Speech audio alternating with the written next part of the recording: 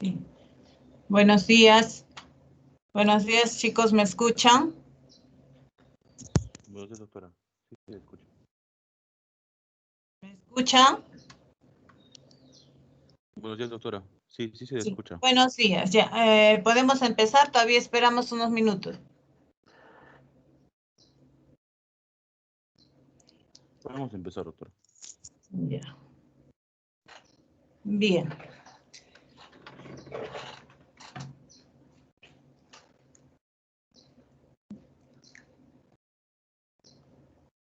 A ver, esperen un momentito, espérenme.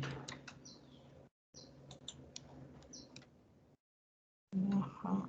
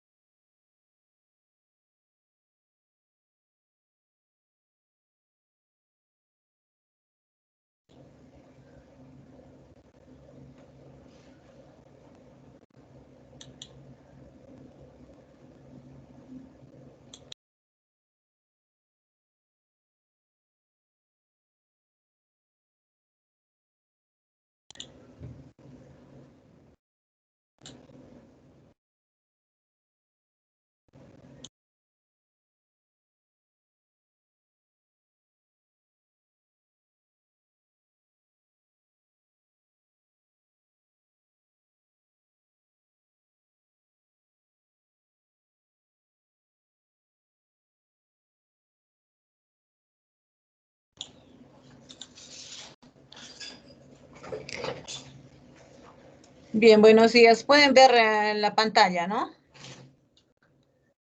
Sí, doctora. Ya. Buenos días, queridos estudiantes. De acuerdo a la calendarización de su curso de semiología y por encargo de su coordinadora, la doctora Olenka, el día de hoy vamos a revisar dos síndromes. Los síndromes que tenemos que revisar es síndrome de hipertensión endocraniana y síndrome de meningoencefalítico. Pero bien, vamos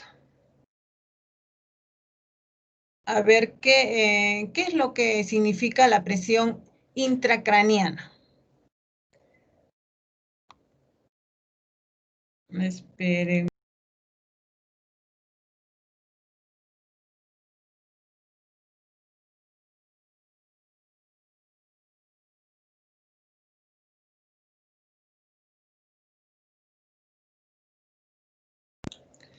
Bien, para esto nosotros tenemos que conocer qué es la presión intracraniana. Esta se define como aquella presión medida en el interior de la cavidad craneal y que es el resultado de la interacción entre el continente y el contenido. Y bien, ¿qué es el contenido? El contenido viene a ser lo que nosotros en buen romance conocemos es el cráneo.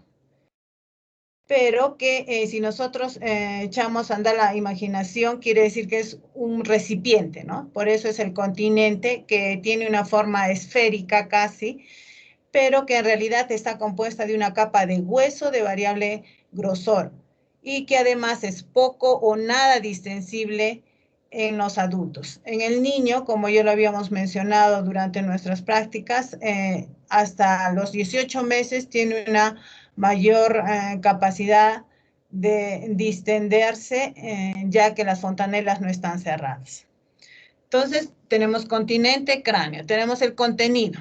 El contenido son tres componentes importantes, entre ellos tenemos el encéfalo, la sangre y el líquido cefalorraquídeo. Conociendo que el encéfalo está con un 80% de volumen en este contenido y sangre y líquido cefalorraquídeo le corresponde 10%. Y tenemos que entender que sangre se refiere al contenido venoso y arterial. Bien, entonces, ¿qué viene a ser el síndrome de hipertensión endocraniana? Son síntomas y signos ocasionados precisamente por el aumento de la presión del líquido cefalorraquídeo de la cavidad craneal. A ver. ¿Puedo avanzar? Déjenme, espérenme.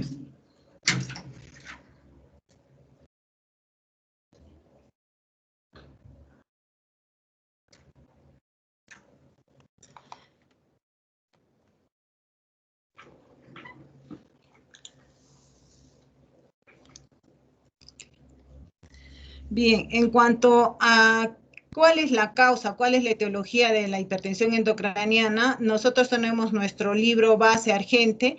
Él lo divide en tres grandes grupos: lesiones expansivas de crecimiento rápido, afecciones con obstrucción del flujo de líquido cefalorraquídeo, enfermedades con congestión venosa cerebral.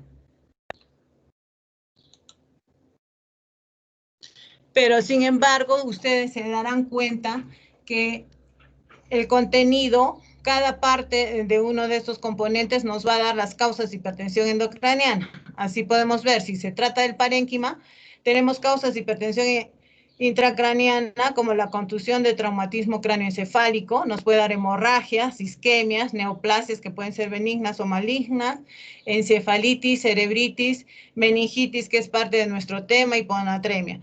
Y en el componente vascular, tanto venoso y arterial, varían las causas, ¿no? Tenemos una trombosis del síndrome de vena cava superior, tenemos compresión yugular, PIP alta, y además, por ejemplo, podemos ver en líquido cefalorraquídeo cuando hay una obstrucción, la hidrocefalia, y también la clasificación de otros. Cuando hay cuerpos extraños, hay una craneosinostosis, tumores óseos o un neumoencéfalo.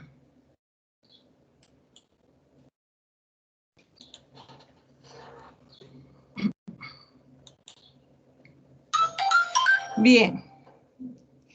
Entonces, ¿cuánto es lo normal de la presión intracraneal? La normal se está considerando entre 5 a 15 milímetros de mercurio. Ustedes podrán revisar otras literaturas, algunos valores más bajos, algunos valores más altos. Pero, sin embargo, para efectos de nuestra práctica y de nuestra evaluación, está considerada entre 5 y 15 milímetros de mercurio. Bien, nosotros debemos de conocer la teoría de Monro-Kelly. ¿Qué es lo que esta teoría sostiene? Si tenemos el contenido que está constituido por cerebro, líquido cefalorraquídeo y sangre, un cambio en uno de estos tres elementos debe ser compensado por los otros. Eso es lo que nos transmite la teoría de Monro-Kelly y eso es lo que hace nuestro organismo. Cuando hay alguna alteración, en alguna forma trata de compensarla. Entonces, ¿qué es lo que, si tenemos una presión de 5 a 15 milímetros de mercurio, 20 a 30 milímetros se considera una presión intracraneal cerebral elevada, pero leve. Entre 30 a 40 milímetros de mercurio se considera moderada y más de 40 severa.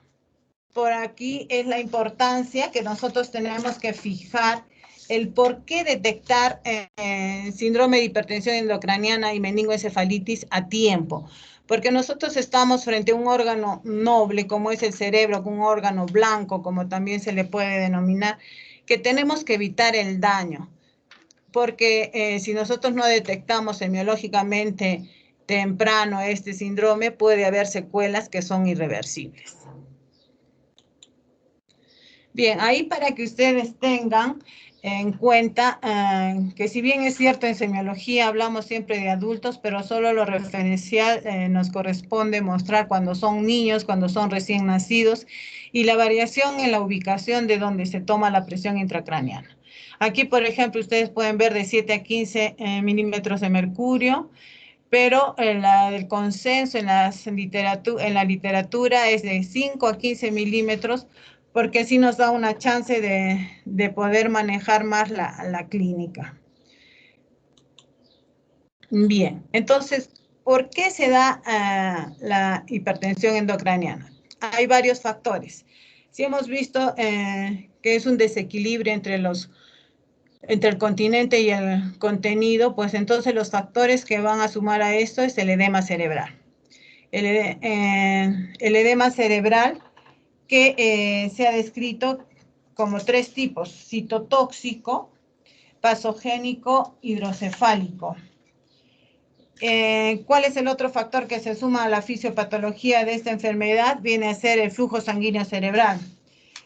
Si nosotros tenemos algo que está comprimiendo, entonces no va a haber un buen flujo sanguíneo cerebral y entonces va a dar lugar a esta hipertensión endocraniana.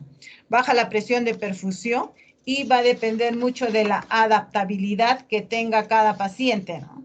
Hay gente que de repente tiene solo dolor de cabeza, le toman una tomografía y el tumor es grande. Hay otros pacientes que no le dan mucha importancia y entonces a veces una tumoración grande es un hallazgo y a veces con una tumoración pequeña la expresión es bastante, ¿no? Entonces, ustedes tienen ahí los 4 factores que influyen: el edema, el flujo sanguíneo cerebral, la presión de perfusión y la adaptabilidad. Allí y nosotros tenemos que acuñar algunos términos, elastancia le llaman en el término en inglés, pero nosotros le tenemos que denominar la resistencia. ¿Qué viene a ser la resistencia? Se interpreta como la capacidad que tiene el contenido, especialmente refiriéndose al encéfalo, de ser comprimido o de expandirse, él propiamente dicho, sin modificaciones sustanciales en la presión intracerebral. Quiere decir que la elastancia o la resistencia en español es la capacidad del encéfalo a ser comprimido o no. Y eso va a traducir en una adaptabilidad. Eso depende de cómo se maneja el espacio disponible dentro de la cavidad craneal para ser ocupado por determinado volumen, ¿no? Y que en los adultos es poca la adaptabilidad que se tiene.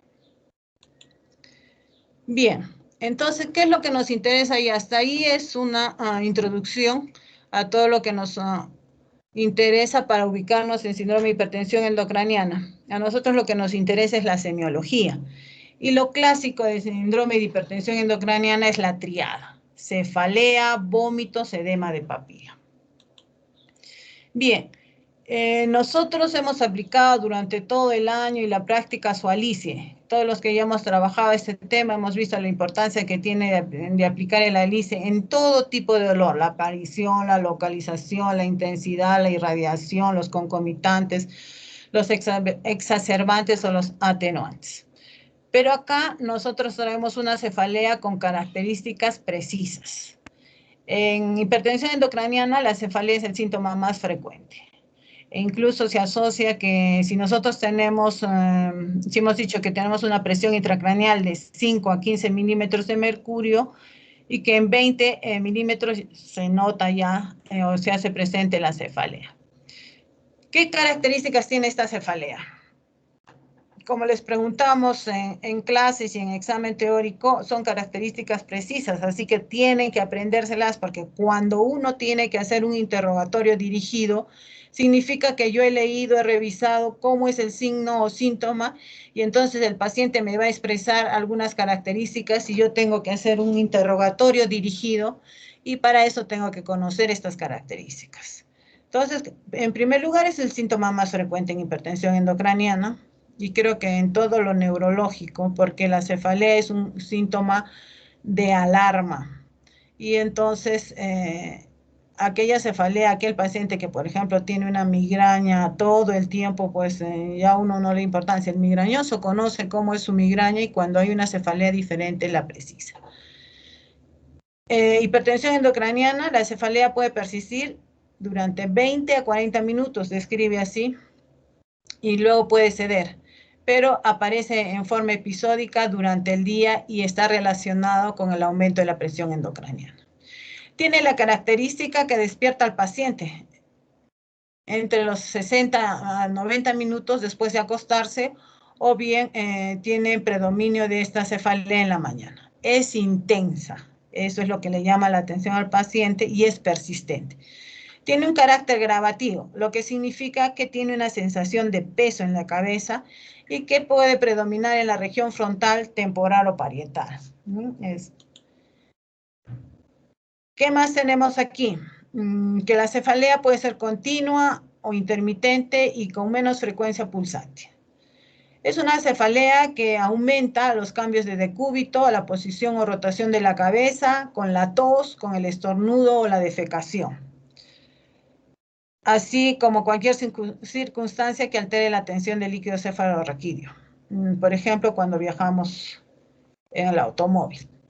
La otra característica de esta cefalea es que no se alivia con analgésicos comunes. Es más intensa en adultos que en los niños, en quienes puede ser mínima en virtud de la mayor distensibilidad del cráneo, lo que le da una mayor adaptabilidad, y el niño no aqueja cefalea tan intensa. Y también se ha visto que cuando hacemos una punción lumbar, que ya vamos a ver, es un procedimiento que puede ser terapéutico, diagnóstico, entonces se alivia. Bien, como les repito, ustedes tienen que tener la capacidad de aplicar a cualquier dolor el Alicie, y en este caso cefalea es uno de los signos en los que ustedes pueden aplicar francamente esta técnica. Pero ustedes, en lo que a semiología se refiere, siempre deben de hacer sus diagnósticos diferenciales. Por ejemplo, acá en una de las características que menciona, con menos frecuencia pulsátil, pero puede darse. Recuerden que la migraña suele ser caracterizada por ser hemicránea, pulsátil y que tiene fotofobia.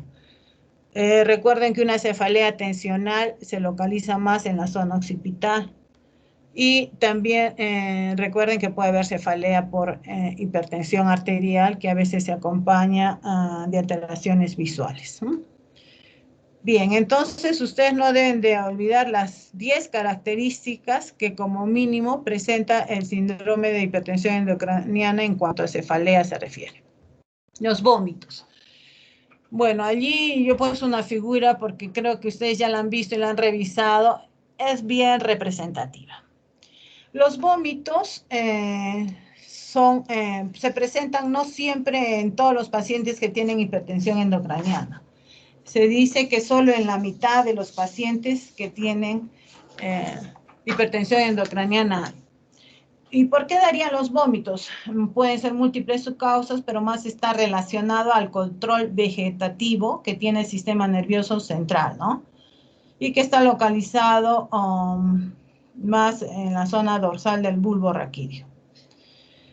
Bien, pero ¿qué característica tienen estos vómitos? Si nosotros en semiología debemos de describir cuántos vómitos tuvo, qué cantidad tiene el vómito y qué contenido tiene, es lo mínimo que nosotros debemos de describir semiológicamente en cuanto a vómitos se refiere. En este caso tiene una característica especial.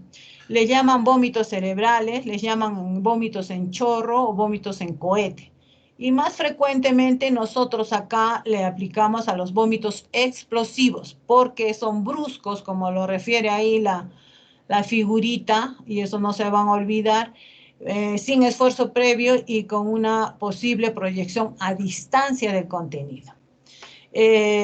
La teoría dice que no son precedidos por náuseas, pero algunos los tienen. Entonces, ustedes no olviden que son vómitos cerebrales o explosivos que van a salir a distancia y que pueden no tener, o en su gran mayoría, ser precedidos por náuseas. Bien, ahora el edema de papila. El edema de papila, acá tenemos que mencionar 3 factores para el desarrollo de esta. Quiere decir que si hay aumento en la presión intracraneana, se está transmitiendo al espacio subaracnoideo perióptico. Luego, el otro factor que influye es el aumento de la presión en el sistema venoso retiniano. Y también influiría las anomalías de la lámina cribosa. Entonces, el papiledema está directamente relacionado con un aumento de la presión del espacio subaracnoideo y, como lo hemos dicho, en el espacio perióptico. ¿Qué significa? Igual, aunque esto viene a ser casi como un signo patoneumónico, pero miren, sin embargo, la literatura describe que solo el 80% de los casos de hipertensión endocraniana tiene edema papilar. ¿Y qué nos obliga a esto? A realizar un examen de fondo de ojo, que si bien es cierto, antes solo era tributario del neurólogo y el oftalmólogo, ahora que ustedes están en la era de la tecnología y aparatos que incluso se pueden proyectar para ver cómo está o si hay o no edema de papila. Y en esto tenemos que describir 3 etapas. La hiperémica. Ahí se nota la hiperemia, hay una papila rojiza con arterias delgadas, contrastando la dilatación venosa. Ustedes pueden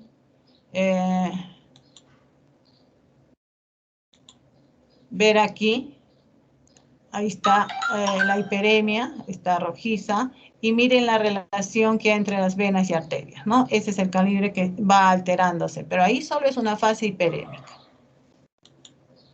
Bien.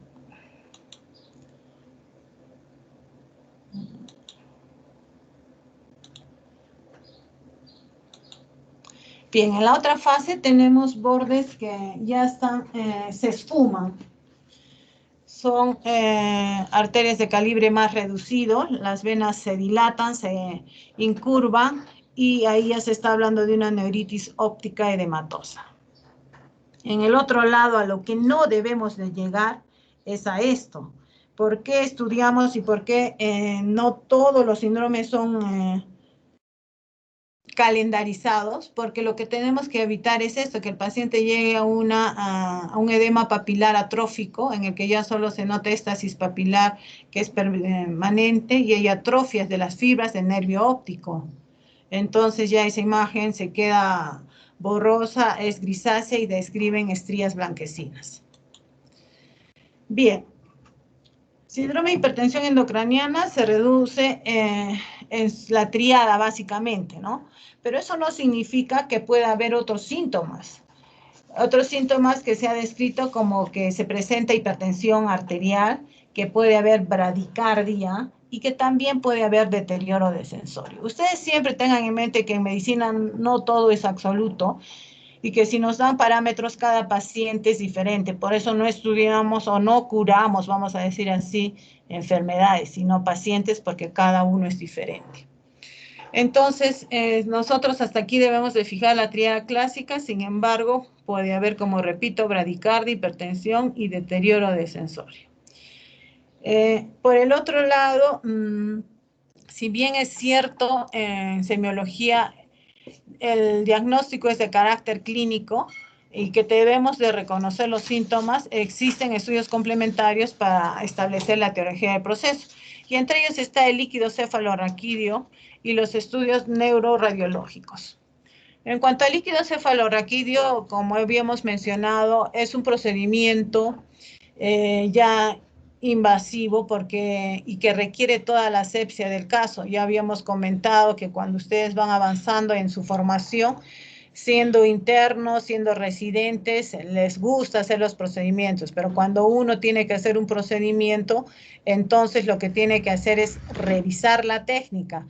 Y allí ustedes definirán que es un procedimiento que se hace entre L3, L4, L4, L5, ya con la cola caudada, donde se evita hacer el daño, que tienen que usar una limpieza bien, vamos a denominarla crítica, y que siempre tengan la precaución de usar guantes para limpiar unos y para entrar a la punción ya con campos estériles otros, ¿no?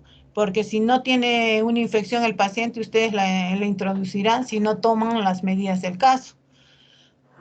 Y la importancia que tiene. Tiene este procedimiento indicaciones y contraindicaciones. Si bien es cierto, ustedes van a revisar que se debe de hacer la punción lumbar porque nos va a definir diagnóstico. Cuando hay signos de presión intracraneana elevada, está contraindicado hacerlo, porque entonces vamos a llevar a una herniación del paciente y a su fallecimiento, y eso es irreversible. Cuando un paciente se hernia, entonces no sale. Y en cuanto a los estudios neuroradiológicos para ambos síndromes, para hipertensión endocraniana y para síndrome meningio, es un método de elección que permite ver el examen del sistema ventricular, la localización de la obstrucción y la detección de las lesiones causantes de estos síndromes, como hemos visto. Entonces, la tomografía viene. Ahora, si nosotros queremos una mayor resolución, porque de repente la tomografía no nos da algo que se nos esté escapando y que semiológicamente estamos pensando que puede hacer, nosotros podemos hacer uso de la resonancia magnética, ¿no? Que puede superar a la TEN al mostrar presencia de lesiones isodensas respecto al tejido nervioso adyacentes a esta, ¿no? En ese sentido, si manejamos nuestro país, es costos. La TEN cerebral creo que está con más allá, no pasa de 300 soles, mientras la resonancia 1.300. Pero que sin embargo la resolución está clara, ¿no? En tomografía siempre nosotros y en resonancia tenemos que fijar, igual que cuando leemos una radiografía, fosa anterior, fosa postmedia, fosa posterior, y que también tenemos que ver si hay el edema presente en el parénquima cerebral, si estamos frente a un quiste, si estamos frente a una tumoración sólida. Entonces, eso es lo que nos va a permitir la tomografía. Entonces, ¿cómo hacemos el diagnóstico de síndrome de hipertensión endocraniana? Lo hacemos clínicamente y hacemos básicamente con el apoyo de una tomografía, una resonancia, la punción lumbar, y obviamente también es un apoyo diagnóstico importante en este caso, el fondo de ojo. Bien. Hasta aquí, si tienen alguna pregunta, algún aporte, alguna inquietud.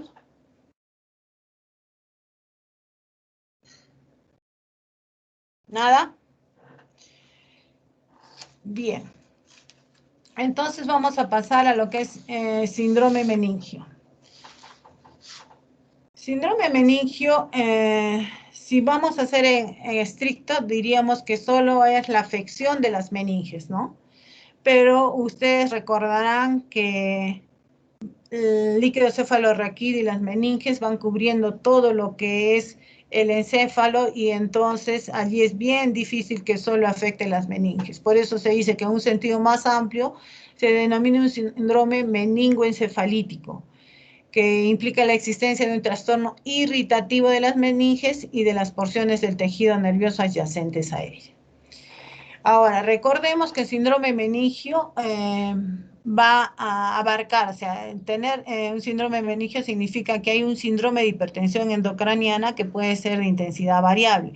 Es por eso que el estudio de los dos se hace juntos. También va a contribuir a eso las alteraciones del líquido cefalorraquídeo y manifestaciones dependientes de la irritación de las estructuras del sistema nervioso o de su compresión por la presencia de exudados. Bien, acá es para recordar, ustedes recordan como dicen de adentro hacia afuera o de afuera hacia adentro. Paquimeninges porque es gruesa, la dura madre, ¿no? Y leptomeninges viene a formar la aracnoides y la pía madre. Entonces, de afuera hacia adentro, nuestras meninges son dura madre, aracnoides y pía madre, teniendo que remarcar que entre la aracnoides y la pía madre está el espacio subaracnoideo, y ya ustedes van a tener ocasión de, cuando hagan neurología, ver que ahí se pueden implantar las hemorragias subaracnoideas, que son frecuentes en los viejitos, porque muchos de los abuelos mueren por las caídas precisamente porque hacen hematomas en este nivel. Bien, el otro esquema que acá les traigo es muy similar, pero ahí solo les permite ver ya la piel. Ahí vemos la aponeurosis, nos están exponiendo la calota ósea, y nos habla de la dura madre en su parte perióstica, meningia.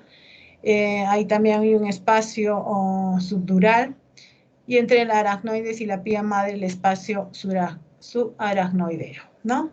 Correcto. Entonces, después de recordar esto, también debemos de saber que el líquido cefalorraquídeo es producido en los plexos coroideos y que también se le compara. Todos los líquidos que tenemos nosotros se compara con el plasma, pero se ha determinado que el líquido cefalorraquídeo contiene mayor concentración de sodio, cloro y magnesio, y menor de potasio, calcio, glucosa y proteínas. El volumen medio del líquido cefalorraquídeo es de 120 mililitros y en porcentaje a 10% del contenido. Pero sin embargo, su ritmo de producción al día es de 450 a 500 mililitros por día. Entonces, ustedes por allí ya pueden sacar su cuenta que si hay una mayor producción, una menor producción, porque los componentes del contenido pueden variar y producir estos síndromes. ¿Y para qué sirve el líquido cefalorraquídeo? Hay una protección mecánica del encéfalo porque el líquido le da amortiguamiento. También regula la composición iónica y participa de procesos de transporte de metabolitos. ¿Por dónde circula el líquido cefalorraquídeo? Va desde los ventrículos laterales, el tercer ventrículo, cuarto ventrículo, pasa por el espacio subaracnoideo y llega a las velocidades aracnoideas. Igual que todos, se produce, hace su recorrido y también se reabsorbe. Bien, acá igual en nuestro libro básico texto, el síndrome meningio tiene etiología y entre ellas son clasificadas como inflamatorias y no inflamatorias, viendo que las inflamatorias se refieren básicamente a las infecciones. Como siempre se los he repetido, el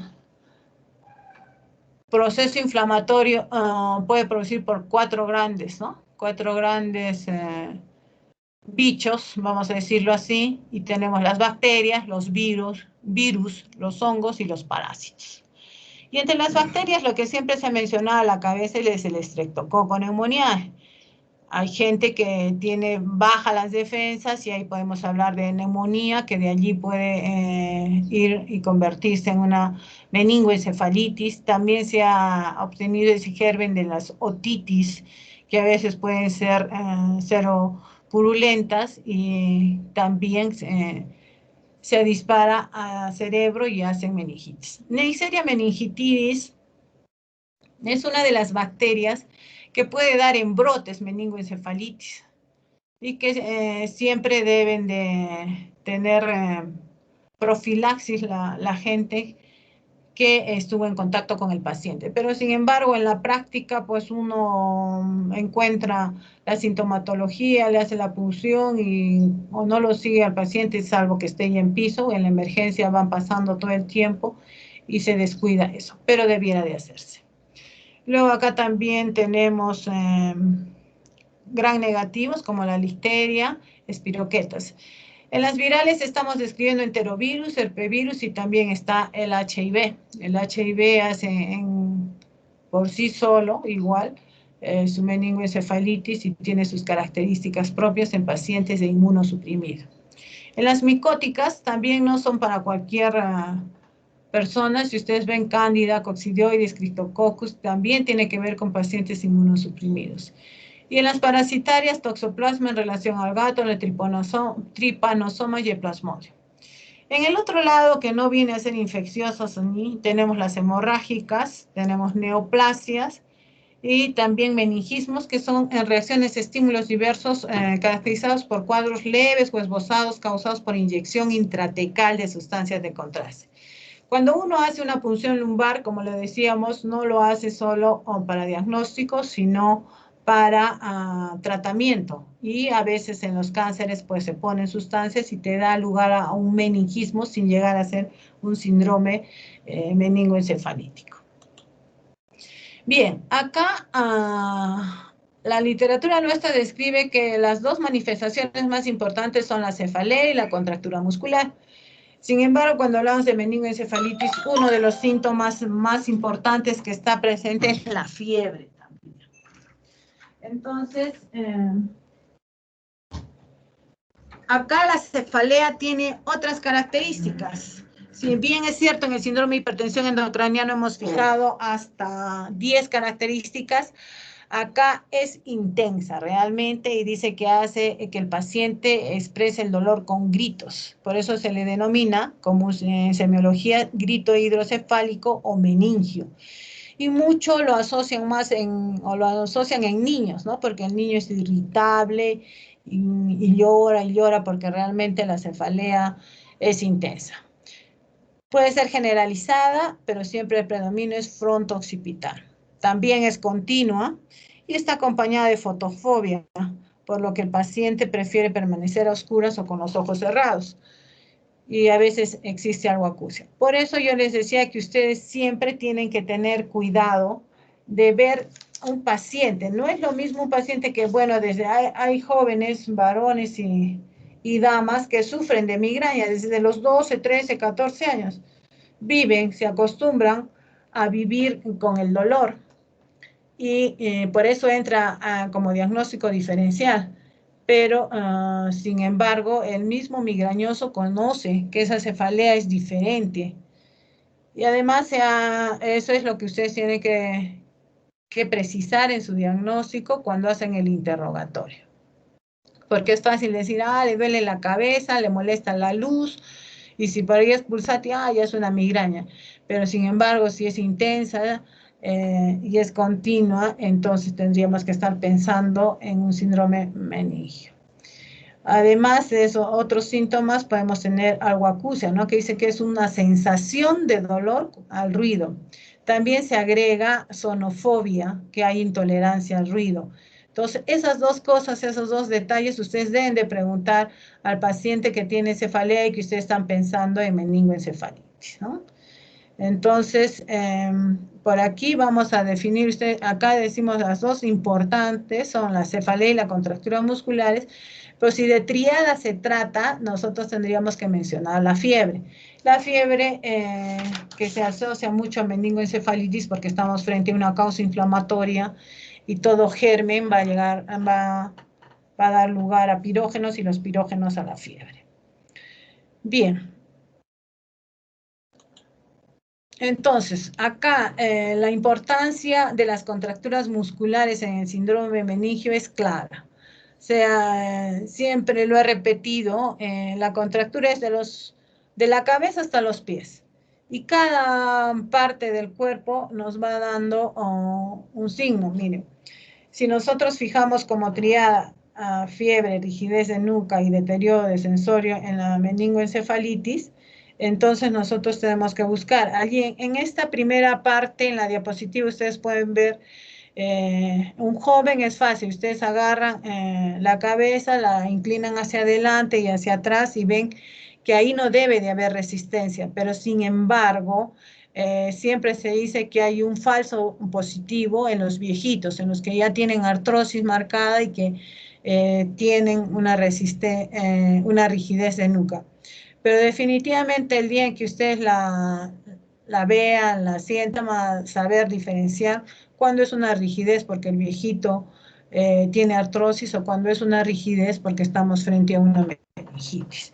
Es uno de los síntomas que es más fácil acceder, un signo en el que podemos corroborar y ver. Entonces, si nosotros pensamos que tiene rigidez de nuca, ya estamos buscando otros síntomas, porque eso es lo que ustedes tienen que definir. Si yo pienso que el viejito tiene artrosis y que eso es lo que está haciendo la rigidez de nuca, pues yo tendré que buscar mi otra triada, si tiene fiebre, si tiene trastorno de sensorio, que es frecuente en los viejitos, o si tiene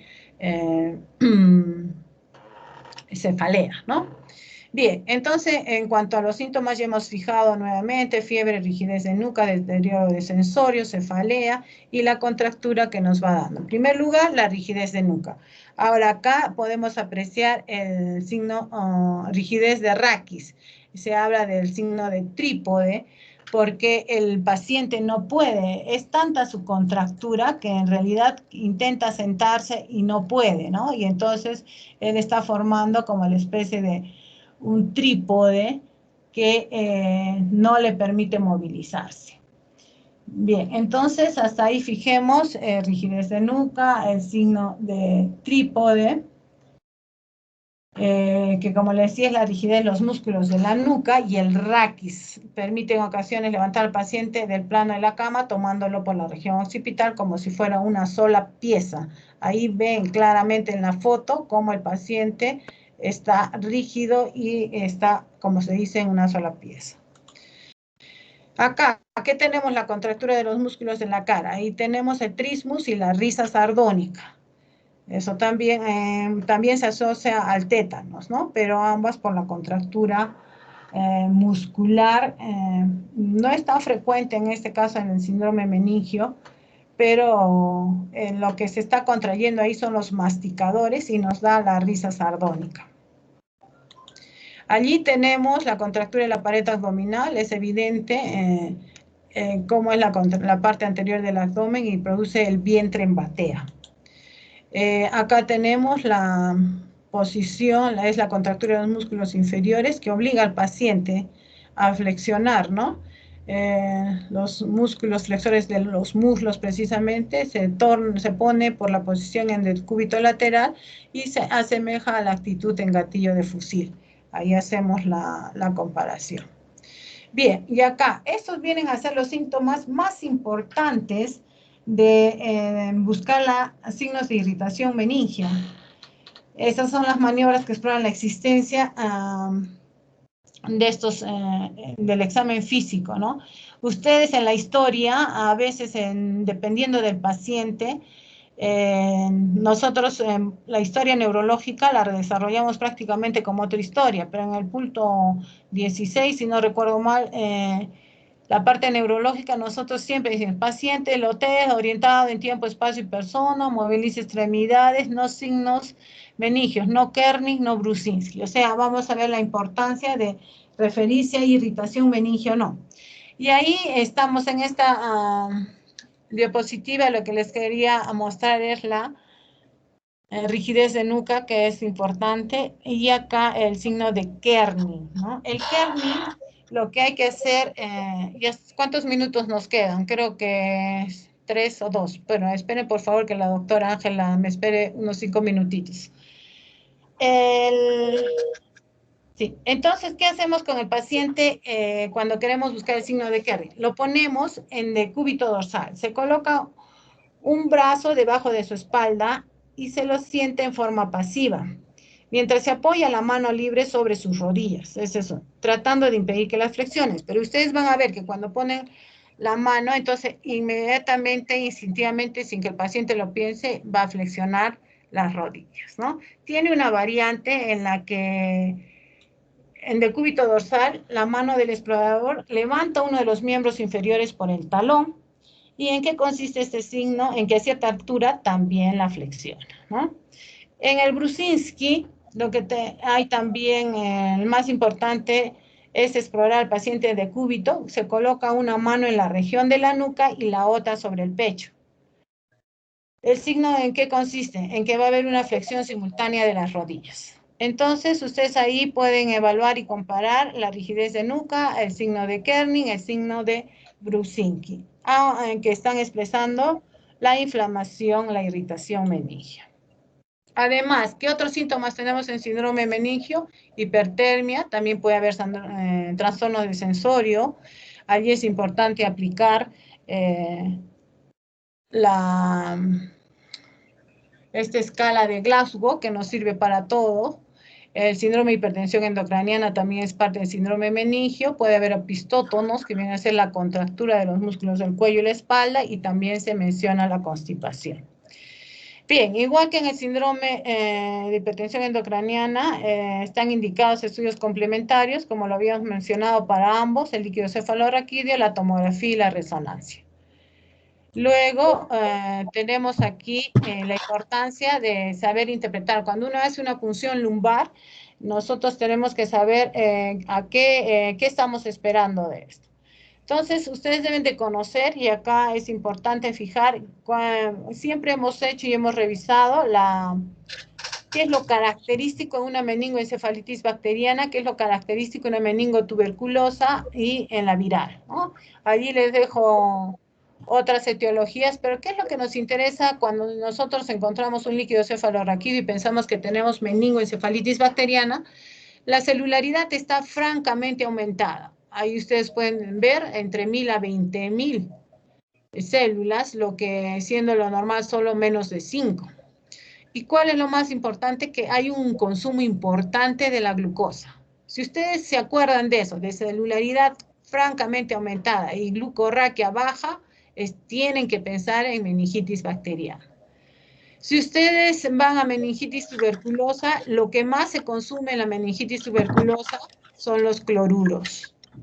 Y ahí el líquido tiene una característica del velo de novia. En cambio, la viral allí está en los términos medios. Cuando estamos frente a un paciente que pensamos en meningoencefalitis y que no sabemos cuál es la etiología hasta que lleguen los resultados, nosotros tenemos que empezar un tratamiento empírico. Y ese tratamiento empírico pues consiste en dar antibióticos, pensando en lo bacteriano, antivirales y también el tratamiento tuberculoso. Pero siempre recuerden que se tiene sus contraindicaciones o más que nada tienen efectos colaterales. Por eso cuando uno inicia tratamiento para tuberculosis debe estar seguro que está frente a eso. Bien, chicos, hasta allí, si tienen alguna pregunta, por favor, porque ya estamos en el tiempo que debe entrar la doctora Paredes, me parece. Los escucho.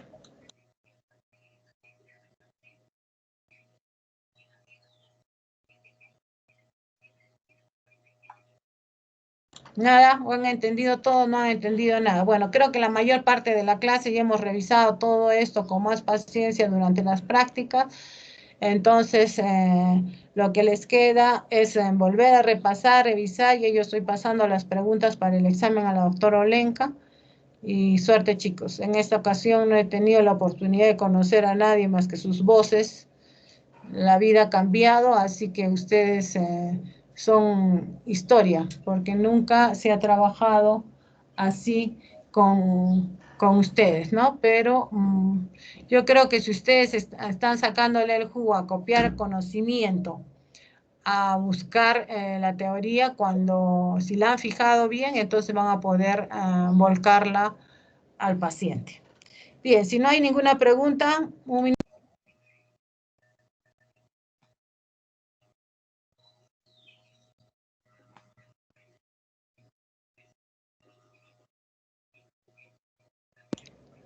Bien, eso es todo, chicos. Hasta luego. Gracias. Hasta luego, doctora. Gracias. Buenos días.